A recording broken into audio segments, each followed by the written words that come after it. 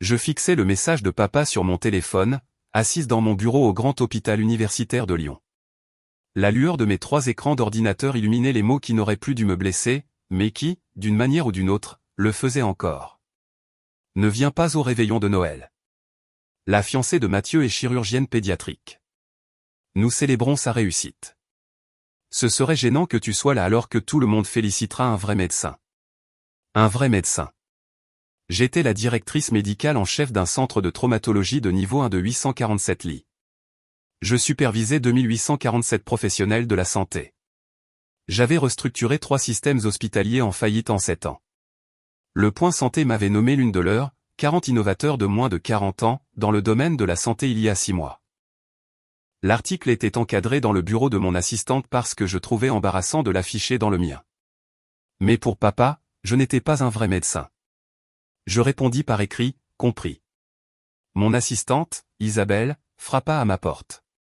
Docteur Dubois, le conseil d'administration souhaite vos recommandations finales sur l'expansion de la chirurgie pédiatrique pour le 2 janvier.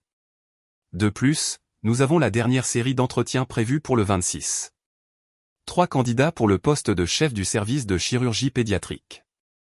Envoyez-moi leur dossier, dis-je en me retournant vers mes écrans où défilaient les données sur les résultats des patients. Je les examinerai ce soir. Ce que papa ne savait pas, ce qu'aucun d'eux ne savait, c'est que je n'étais pas seulement devenu médecin. J'étais devenu la personne qui décidait quel médecin était engagé dans l'un des centres médicaux les plus prestigieux de la Côte d'Azur. En grandissant, j'étais toujours dans l'ombre de Mathieu. Il était l'enfant prodige, charismatique, athlétique, président de tout. J'étais calme, livresque, passant mes vendredis soirs à la bibliothèque au lieu des matchs de rugby. Papa était un représentant pharmaceutique prospère qui valorisait la personnalité et la prestance. Mathieu avait les deux. Je n'avais ni l'un ni l'autre. Chloé va bien, disait maman aux proches lors des rassemblements. Elle étudie beaucoup. Elle a de bonnes notes. Mathieu a été recruté par 3 équipes universitaires de haut niveau, l'interrompait papa en donnant une tape sur l'épaule de mon frère. Des bourses d'études complètes. Ça, c'est de la vraie réussite. Quand j'ai été admise en pré-médecine à la Sorbonne, papa a à peine levé les yeux de sa tablette. C'est bien, ma chérie. Mathieu, raconte-leur le championnat national. Les études de médecine étaient brutales. Je faisais des gardes aux urgences pour compléter mes prêts pendant que les frais de scolarité de Mathieu étaient entièrement couverts par maman et papa. Les bourses sportives ne couvrent pas tout, expliqua papa quand je lui demandais pourquoi il ne pouvait pas m'aider aussi. Mathieu doit se concentrer sur le rugby, pas sur le travail. J'ai obtenu mon diplôme de médecine avec une dette de 315 000 €. Mathieu a obtenu un diplôme en marketing, sans aucune dette, et un emploi dans l'entreprise d'un ami de papa, gagnant 57 000 € par an. Tellement fier de nos 2 enfants, publia papa sur Facebook avec cette photo de Mathieu à sa remise de diplôme et une de moi qui était floue. Mon internat en administration hospitalière et gestion des soins de santé n'était pas de la vraie médecine, selon papa. Tu ne traites même plus de patients, avait-il dit quand je lui avais expliqué mon parcours professionnel. À quoi bon faire des études de médecine si c'est pour juste pousser de la paperasse? J'optimise des systèmes qui aident des milliers de patients, avais-je tenté d'expliquer. Mathieu sort avec une avocate maintenant, intervint maman. Un cabinet très prospère en ville. Cette relation a duré 4 mois. Puis il y a eu l'enseignante, 6 mois. Puis l'architecte, 3 mois. Chaque fois, les dîners de famille devenaient des vitrines pour les réalisations de la petite amie de Mathieu pendant que j'étais assise en silence à manger le rôti de ma mère, répondant à l'occasionnel « Comment va le travail à l'hôpital ?» par un « Bien » avant que la conversation ne revienne sur Mathieu. Quand je suis devenue directrice des opérations cliniques à l'hôpital Saint-Louis à Paris à 29 ans, papa a demandé si cela signifiait que je traitais enfin de nouveau des patients. Quand j'ai été recrutée pour être directrice médicale en chef au grand hôpital universitaire de Lyon à 32 ans, l'une des plus jeunes du pays, papa a dit « C'est bien. Mathieu vient d'être promu chef de compte principal. » J'ai arrêté d'essayer de partager mes réussites. Elles ne seraient jamais suffisantes. J'ai arrêté d'aller à tous les dîners de famille. Ils l'ont à peine remarqué. J'ai acheté une maison dans les collines surplombant la ville, une magnifique maison artisanale de 4 chambres avec vue sur l'eau. Je ne les ai jamais invités. Ils n'ont jamais demandé à la voir. Je sortais occasionnellement, mais mon travail consumait la plupart de mon temps, restructurer des systèmes hospitaliers en faillite, négocier avec les compagnies d'assurance, mettre en œuvre de nouveaux protocoles de soins aux patients. C'était un travail stimulant et plein de sens qui sauvait des vies, même si je n'étais pas celle qui tenait le scalpel. Mais pour ma famille, j'étais Chloé l'administratrice. Chloé, la pousse-papier. Chloé, qui n'était pas un vrai médecin. Ce que ma famille ne voyait pas, c'était l'empire que je bâtissais. Le grand hôpital universitaire de Lyon était en faillite quand je suis arrivé il y a 3 ans. Les scores de satisfaction des patients étaient abyssaux. Les taux de mortalité grimpaient. L'hôpital hémorragiait de l'argent, 135 millions d'euros de pertes annuelles. La précédente directrice médicale en chef avait été licenciée, et le conseil d'administration envisageait de vendre à un conglomérat de soins de santé. Dr Dubois, avait dit le président du conseil d'administration lors de mon entretien, nous avons besoin de quelqu'un qui puisse sauver cet hôpital. Pensez-vous pouvoir le faire? J'ai présenté une présentation de 47 diapositives décrivant exactement comment je m'y prendrais. Ils m'ont engagé le lendemain. En 6 mois, j'avais restructuré chaque département clinique. J'ai licencié 12 médecins peu performants, chose que la précédente directrice médicale en chef avait eu trop peur de faire. J'ai recruté des spécialistes de tout le pays. J'ai mis en œuvre des protocoles basés sur des preuves qui ont réduit les taux d'infection nosocomiale de 64%. J'ai négocié de nouveaux contrats avec les fournisseurs d'assurance qui ont augmenté nos taux de remboursement. En 18 mois, nous étions de nouveau rentables. En 2 ans, nous étions l'hôpital le mieux noté de la région. Le conseil d'administration m'a donné une prime de 315 000 euros. J'ai remboursé intégralement ma dette d'études de médecine. Ils m'ont donné des options sur actions d'une valeur de 1,1 million d'euros. J'ai diversifié dans un portefeuille que mon conseiller financier a qualifié impressionnamment agressif. Ils ont augmenté mon salaire à 450 000 euros par an, plus des primes de performance. L'année dernière, ma rémunération totale était de 575 000 euros. Mais plus que l'argent, j'avais un pouvoir réel. Je décidais quel médecin était engagé, quel programme recevait des financements, quels départements s'étendaient et lesquels étaient consolidés. Les compagnies d'assurance voulaient des réunions avec moi. Les représentants pharmaceutiques me courtisaient. D'autres hôpitaux essayaient de me recruter avec des offres que je déclinais poliment. Je siégeais dans des conseils médicaux. Je prenais la parole lors de conférences sur la santé. Je conseillais des systèmes hospitaliers à travers le pays pour des honoraires qui commençaient à 14 000 euros par jour. Ma réputation professionnelle était impeccable. Dans la communauté médicale, les gens savaient exactement qui était le docteur Chloé Dubois. Mais au dîner de famille, j'étais toujours juste Chloé l'administratrice. Mathieu a amené Alexandra à la maison pour Thanksgiving. Elle est chirurgienne pédiatrique, s'extasia maman au téléphone au préalable. Certifiée par le Conseil de l'Ordre. Elle travaille au centre médical pour enfants en ville. Ton père est ravi. Je suis arrivé avec du vin et une tarte aux pommes faite maison. Alexandra tenait déjà salon dans le séjour robe de créateur, coiffure parfaite racontant des histoires animées sur ses cas chirurgicaux pendant que maman et papa buvaient ses paroles. Chloé, dit maman quand je suis arrivé, voici Alexandra Bernard, la petite amie de Mathieu. Elle est chirurgienne pédiatrique. Ravie de vous rencontrer, dis-je en tendant la main. La poignée de main d'Alexandra était molle. Ses yeux m'ont à peine remarqué avant de se tourner de nouveau vers papa. Comme je le disais, l'approche laparoscopique pour les appendicectomies pédiatriques a vraiment révolutionné notre domaine. Chloé travaille aussi dans un hôpital, proposa faiblement maman. Dans l'administration. Oh, le sourire d'Alexandra était poli et dédaigneux. C'est bien. Les gens qui font la paperasse sont si importants. Pas Paris. Chloé n'est pas du genre pratique. Elle ne l'a jamais été. Mathieu a hérité de tout le sens du contact de la famille. J'ai mangé mon dîner en silence pendant qu'Alexandra décrivait une chirurgie cardiaque complexe à laquelle elle avait assisté. L'histoire était impressionnante, elle était clairement talentueuse.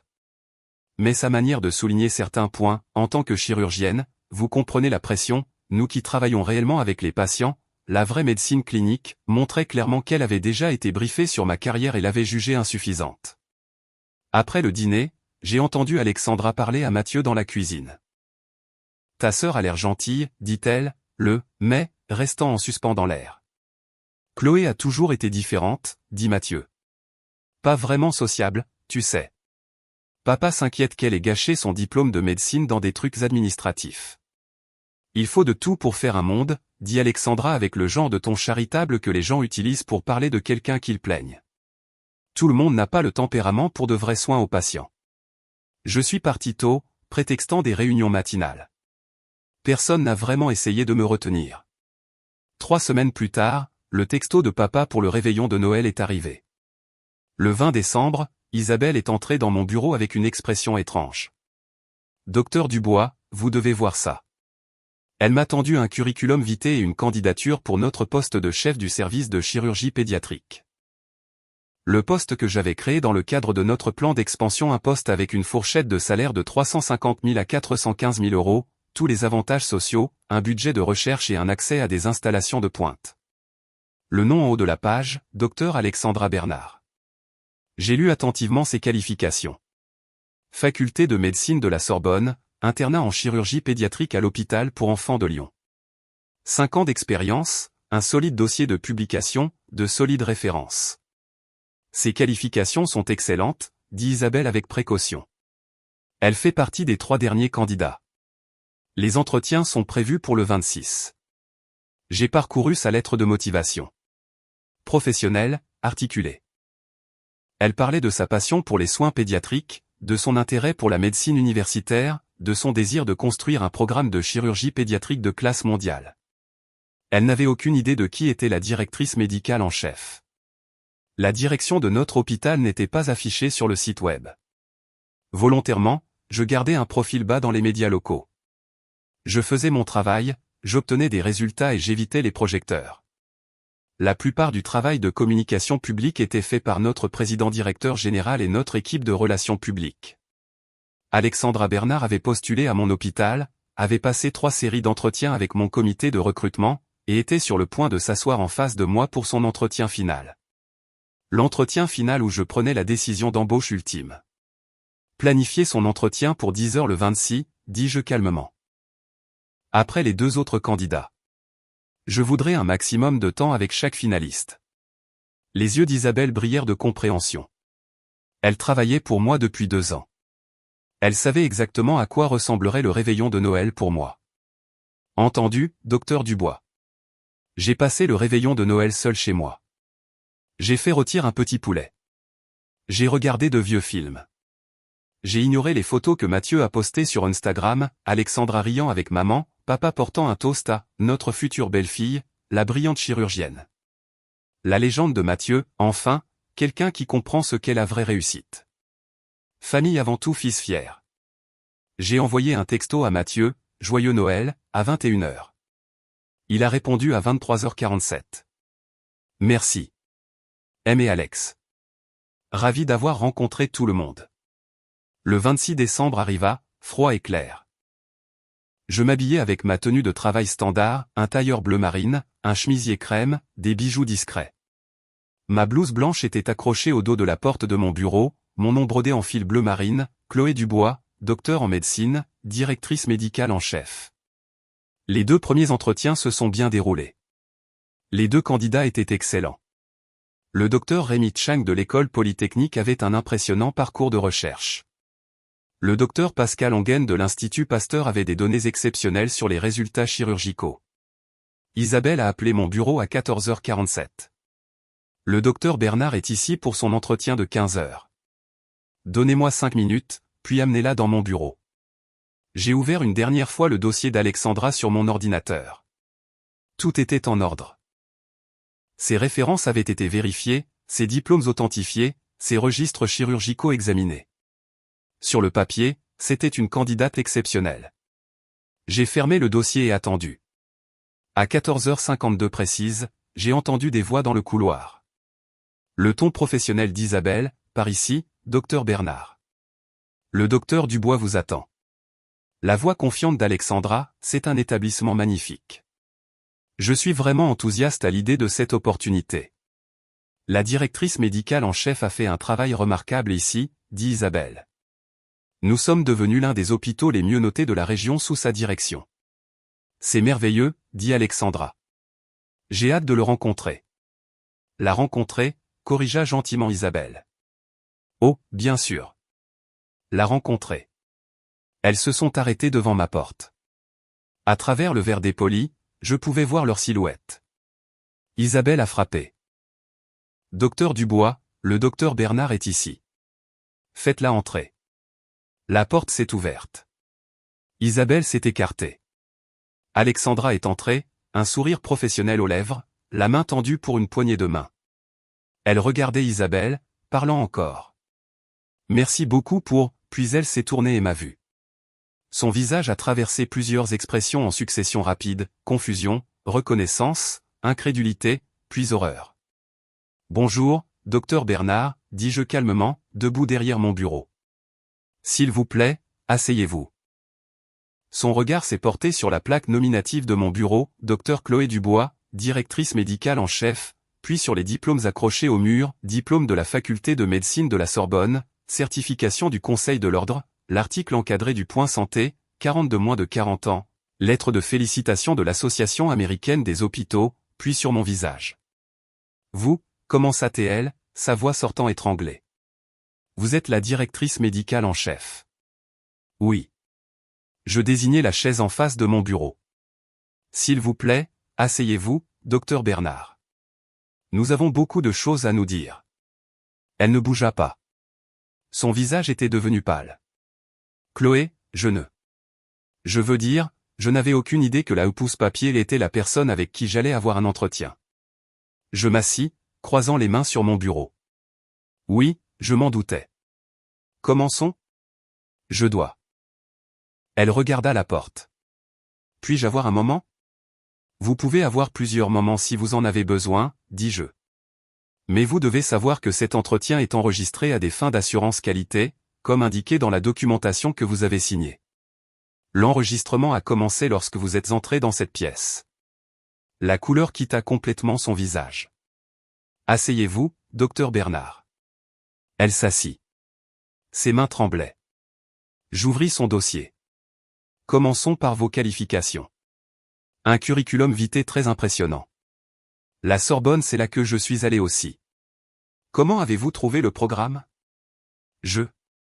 Il était excellent, sa voix était à peine plus qu'un murmure. Votre internat à l'hôpital pour enfants de Lyon. C'est un programme de premier plan. Vous avez travaillé avec le professeur Morin? Oui. Lui et moi avons siégé ensemble dans un groupe de travail il y a 2 ans. Excellent chirurgien. Je l'appellerai dans le cadre de ma vérification des références. J'aime passer des appels personnels à tous les candidats finaux. Je suis sûr qu'il aura des choses merveilleuses à dire. Les mains d'Alexandra se crispèrent sur son sac à main. Docteur Dubois, je pense que nous devrions, parlons de vos résultats chirurgicaux, continuai-je en me tournant vers les données. J'ai examiné vos registres du centre médical pour enfants. 347 interventions sur 5 ans, un taux de complication de 2,1%. C'est légèrement au-dessus de la moyenne nationale de 1,8% pour la chirurgie pédiatrique. Pouvez-vous me parler de vos initiatives d'amélioration de la qualité pour y remédier? Elle me fixa. Le taux de complication est dans une fourchette acceptable. Acceptable n'est pas ce que nous visons ici, docteur Bernard. Nous visons l'exceptionnel. Au Grand Hôpital Universitaire de Lyon, nos taux de complications chirurgicales sont de 0,9% dans tous les départements. On attendra du chef du service de chirurgie pédiatrique qu'il non seulement atteigne, mais dépasse les références nationales. Je pris une note dans son dossier. Quelle stratégie mettriez-vous en œuvre pour améliorer vos résultats? Docteur Dubois, sa voix était plus forte maintenant, teintée de désespoir. Pouvons-nous s'il vous plaît parler de quoi, docteur Bernard? De savoir si vous êtes qualifié pour ce poste? Parce que c'est le but de cet entretien. C'est un poste avec un salaire annuel de 385 000 €, un budget de recherche de 140 000 € et l'opportunité de construire un programme à partir de zéro. C'est le genre de poste qui définit une carrière. Alors, oui, parlons de savoir si vous êtes la bonne personne. Elle tressaillit. Je tournai à la page suivante. Votre lettre de motivation mentionne votre passion pour la médecine universitaire. Parlez-moi de votre programme de recherche. Je me suis concentré sur les techniques minimalement invasives. Oui, j'ai vu vos publications. 2 articles au cours des 3 dernières années, tous 2 dans des revues de niveau intermédiaire. On attendrait du chef de la chirurgie pédiatrique du grand hôpital universitaire de Lyon qu'il publie dans des revues de premier plan, Le Lancet, la presse médicale, Annales de chirurgie. On attendrait de lui qu'il obtienne des financements de recherche compétitifs. On attendrait de lui qu'il encadre des internes et des boursiers. Je levai les yeux vers elle. Avez-vous de l'expérience dans le développement de programmes de formation de spécialistes? Une expérience limitée, mais limitée. Je pris une autre note. Ce poste requiert quelqu'un qui puisse être opérationnel immédiatement, qui puisse construire non seulement un service chirurgical mais un département universitaire, qui ait la vision, les compétences en leadership et la réputation pour attirer les meilleurs talents. Je fermai son dossier. Dites-moi pourquoi vous pensez être cette personne. La mâchoire d'Alexandra se crispa. Je pouvais la voir hésiter entre la colère et la panique. J'ai 5 ans d'excellente expérience clinique. Une expérience clinique supérieure à la moyenne, corrigez-je. Vos résultats sont bons, docteur Bernard. Pas excellents. Bon. Et cet hôpital ne se contente pas de bon. Je travaille dans un hôpital communautaire, dit-elle, la chaleur montant dans sa voix. Les ressources au centre médical pour enfants sont limitées par rapport à un endroit comme celui-ci. Le docteur Ongen vient de l'Institut Pasteur, dis-je. Le docteur Chang vient de l'école polytechnique. Tous deux ont publié dans des revues de premier plan. Tous deux ont développé des techniques chirurgicales innovantes. Tous deux ont encadré des dizaines d'internes. Tous deux ont des taux de complications inférieurs à 1%, je me penchai en arrière dans mon fauteuil. Vous êtes en compétition avec les meilleurs, docteur Bernard. J'ai besoin que vous me disiez pourquoi je devrais vous choisir plutôt qu'eux. Elle se leva brusquement. Vous savez quoi? Je ne pense pas que cet entretien soit équitable.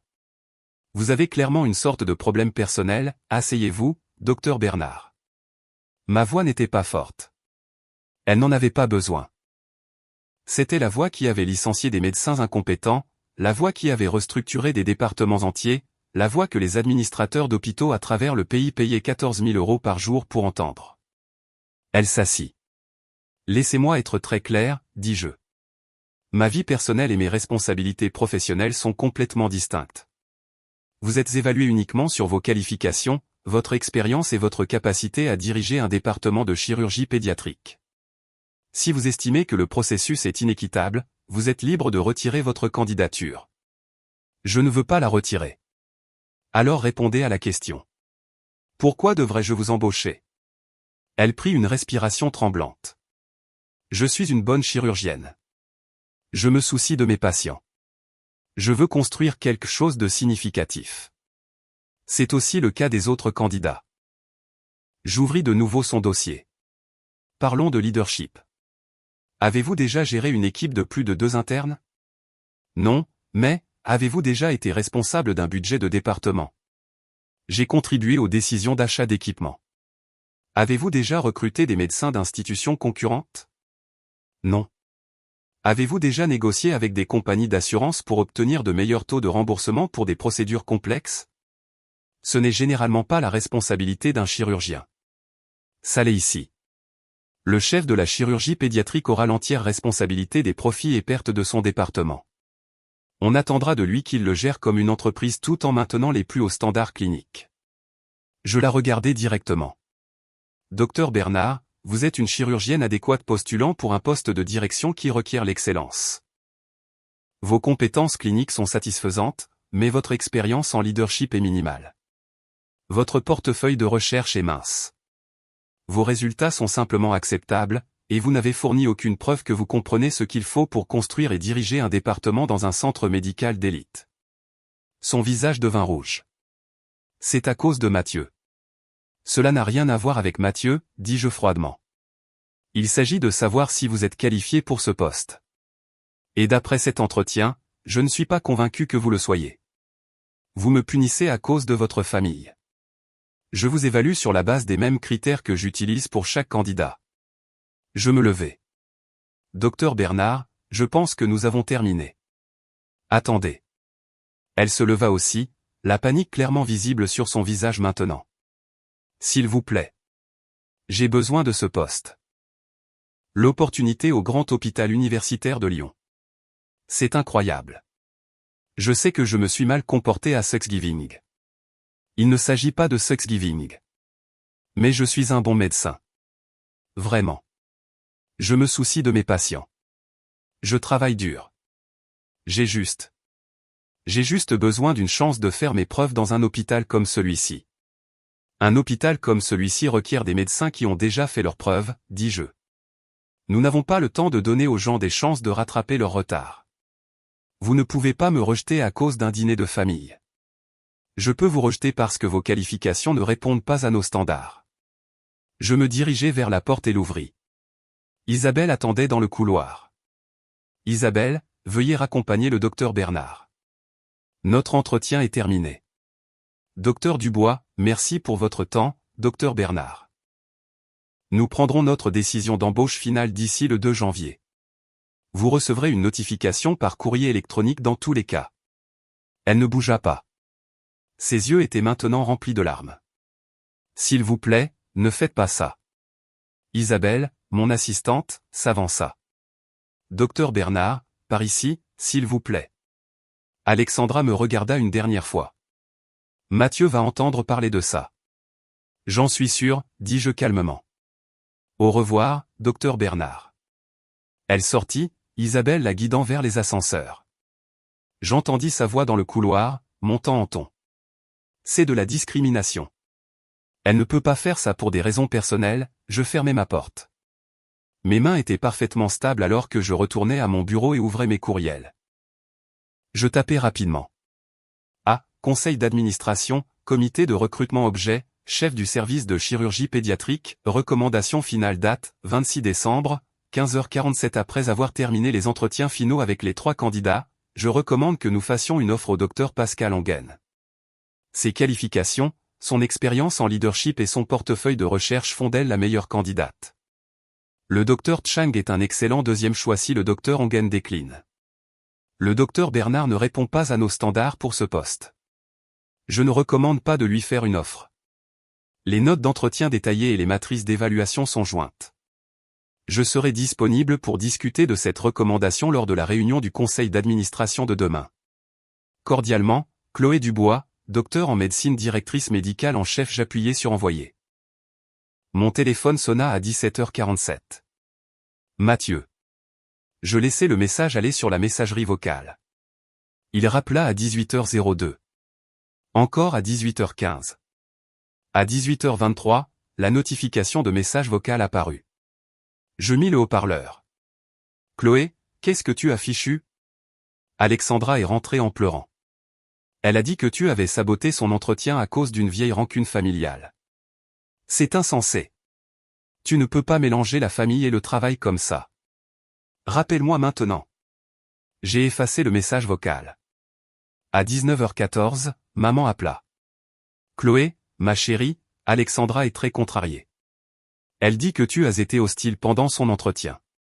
Je sais que vous avez peut-être mal commencé, mais c'est la fiancée de Mathieu. Ne peux-tu pas l'aider à obtenir le poste, pour la famille? J'ai raccroché sans répondre. À 20h02, papa appela. J'ai répondu. Chloé, je viens d'apprendre ce qui s'est passé. Tu dois arranger ça. Bonjour, papa. Comment s'est passé ton réveillon de Noël? Ne fais pas l'innocente. Alexandra a dit que tu avais été horrible avec elle pendant l'entretien, lui posant des questions impossibles, la faisant se sentir incompétente. Je lui ai posé les questions d'entretien standard pour un poste de chef de département. C'est une chirurgienne qualifiée. C'est une chirurgienne adéquatement qualifiée avec une expérience minimale en leadership, des résultats inférieurs à la moyenne et un portefeuille de recherche mince. Elle n'est pas qualifiée pour le poste. Tu la rejettes parce qu'elle sort avec Mathieu. Je la rejette parce qu'elle ne répond pas à nos standards, ce qui, en tant que directrice médicale en chef, est mon travail. Silence à l'autre bout du fil. Puis, directrice médicale en chef. C'est ton titre? C'est mon titre. Ça l'est depuis 3 ans. Je pensais que tu disais que tu étais dans l'administration. Je suis dans l'administration. Je suis la directrice médicale en chef. Je dirige toute l'opération clinique d'un hôpital de 847 lits. Je supervise 2847 employés. Je prends les décisions d'embauche et de licenciement pour chaque poste clinique, y compris les chefs de département. Je gardais une voix égale. Alexandra Bernard a postulé pour un poste à mon hôpital. Je l'ai interviewée. Elle n'est pas qualifiée. Fin de l'histoire. Chloé, tu ne peux pas faire ça. Elle va faire partie de la famille. Alors elle aurait dû être plus prudente avant de qualifier les rôles administratifs de simple paperasse et les gens comme moi de pas vrais médecins. Je fis une pause. Quelle part de son processus d'entretien penses-tu était liée à ses qualifications, et quelle part était due au fait qu'elle supposait pouvoir tirer parti d'un lien familial dont elle ignorait même l'existence? Ce n'est pas juste. Ce qui n'est pas juste, c'est de s'attendre à ce que je compromette mes standards professionnels pour que ta future belle-fille se sente mieux dans sa peau. J'ai 2 autres candidats qui sont vraiment excellents. Je vais en embaucher un. Ta mère et moi sommes très déçus. J'en suis sûr. Vous avez été déçus de moi toute ma vie. Cela ne change rien. Je me levai de mon canapé et me dirigeai vers ma fenêtre surplombant la ville. Papa, je dois y aller. J'ai une réunion du conseil d'administration demain matin où je présenterai ma recommandation d'embauche. Chloé, bonne nuit, papa. J'ai raccroché. Les appels téléphoniques ont continué toute la soirée. Mathieu a laissé 3 autres messages vocaux, chacun plus en colère que le précédent. Maman a envoyé une série de textos allant de la supplication, s'il te plaît, reconsidère pour l'unité familiale, à l'accusation, c'est cruel et mesquin. À 21h47, un numéro que je ne reconnaissais pas a appelé. J'ai répondu. Docteur Dubois. Une voix de femme, tremblante de rage. C'est Alexandra Bernard. Vous ne pouvez pas faire ça. Je vais déposer une plainte. Auprès de qui, demandai-je calmement. Du conseil d'administration. Je leur rends compte directement, et ils font implicitement confiance à mes recommandations d'embauche. Du conseil de l'ordre des médecins. J'ai mené un entretien professionnel et pris une décision d'embauche basée sur les qualifications. Des ressources humaines. L'entretien entier a été enregistré, et mes questions étaient identiques à celles posées à tous les candidats. Je fis une pause.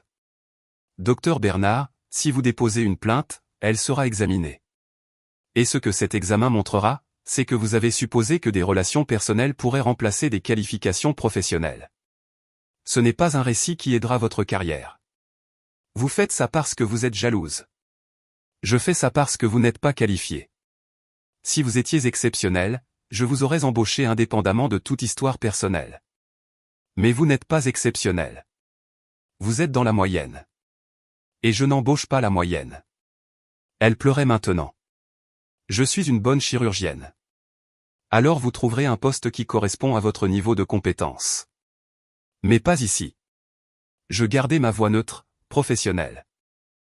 Je vous suggère de vous concentrer sur l'amélioration de vos résultats, la construction de votre portefeuille de recherche et l'acquisition d'expérience en leadership.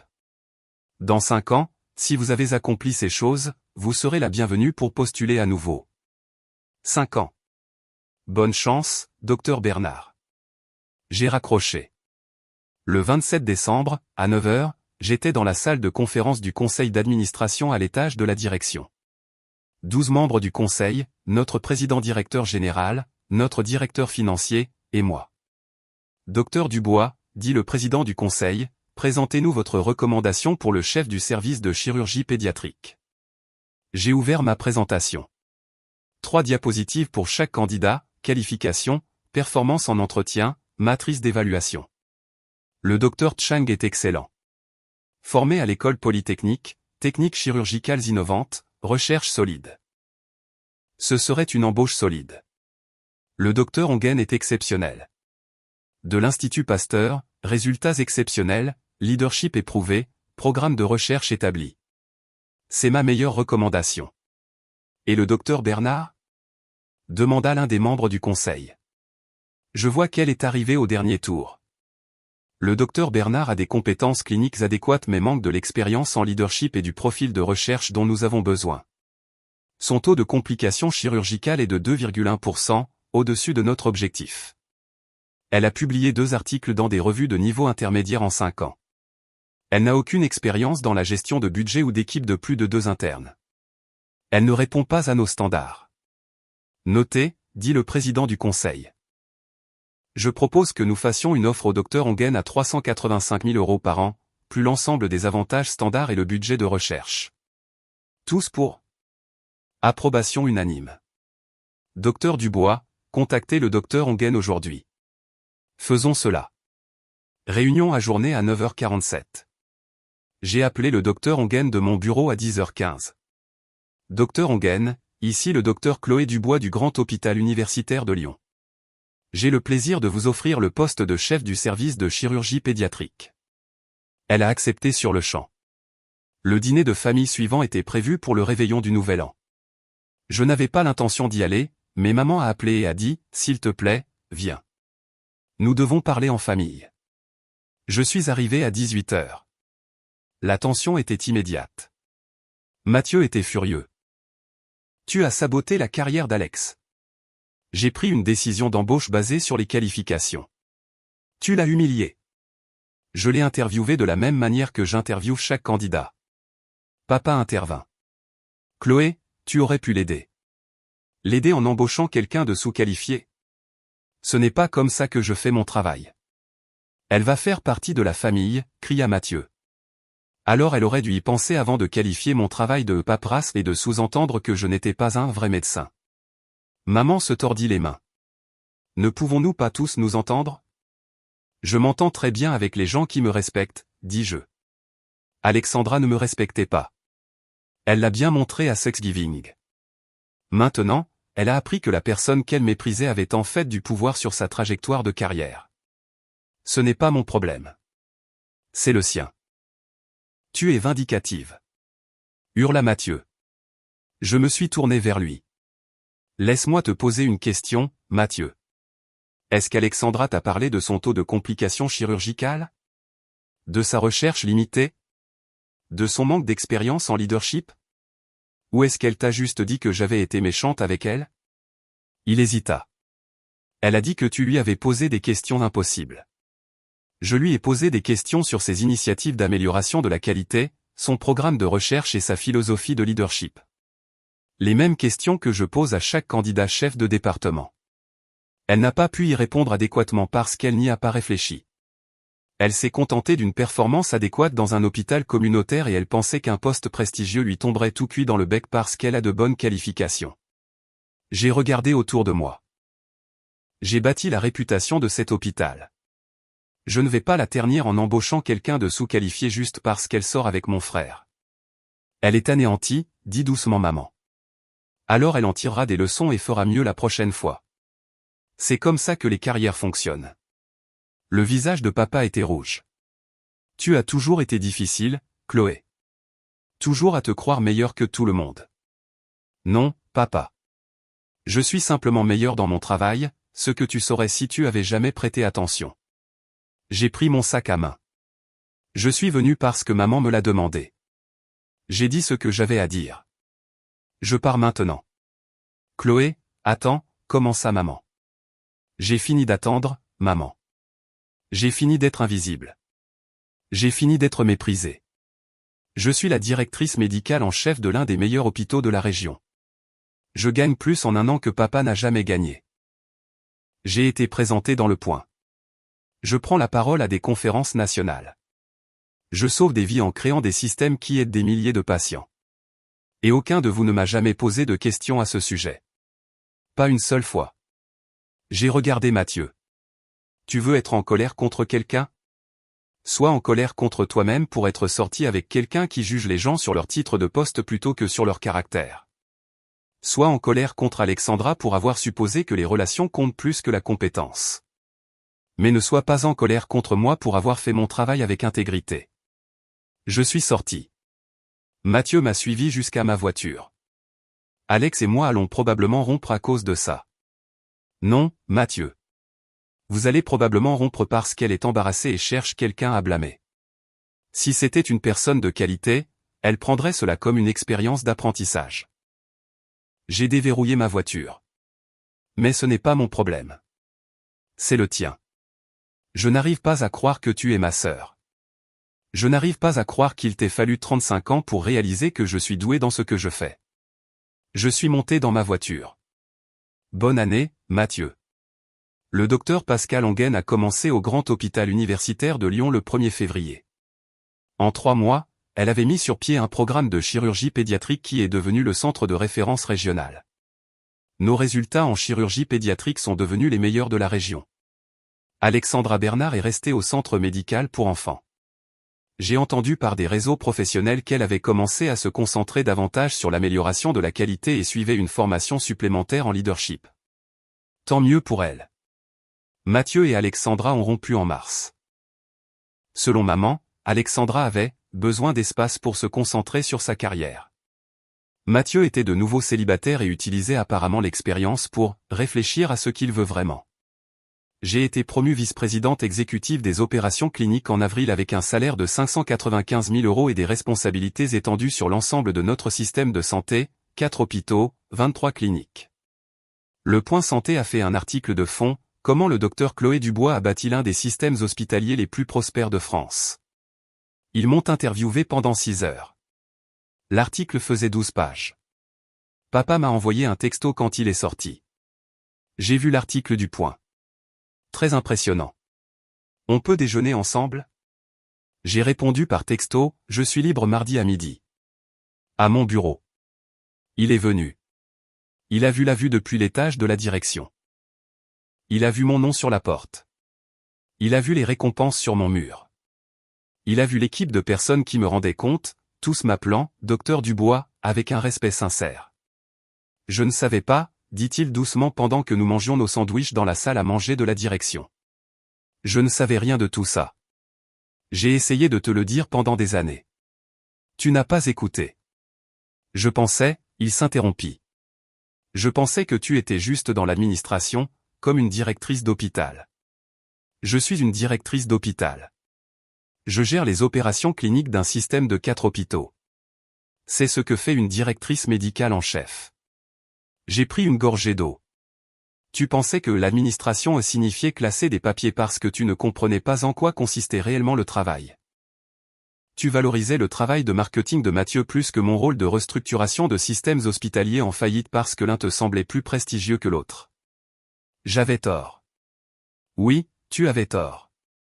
Nous avons mangé en silence pendant quelques minutes. On peut recommencer? Demanda papa. Non, dis-je. On peut commencer d'ici. De la vérité. Je ne suis plus la fille invisible. Je ne suis plus le médecin pas vraiment médecin.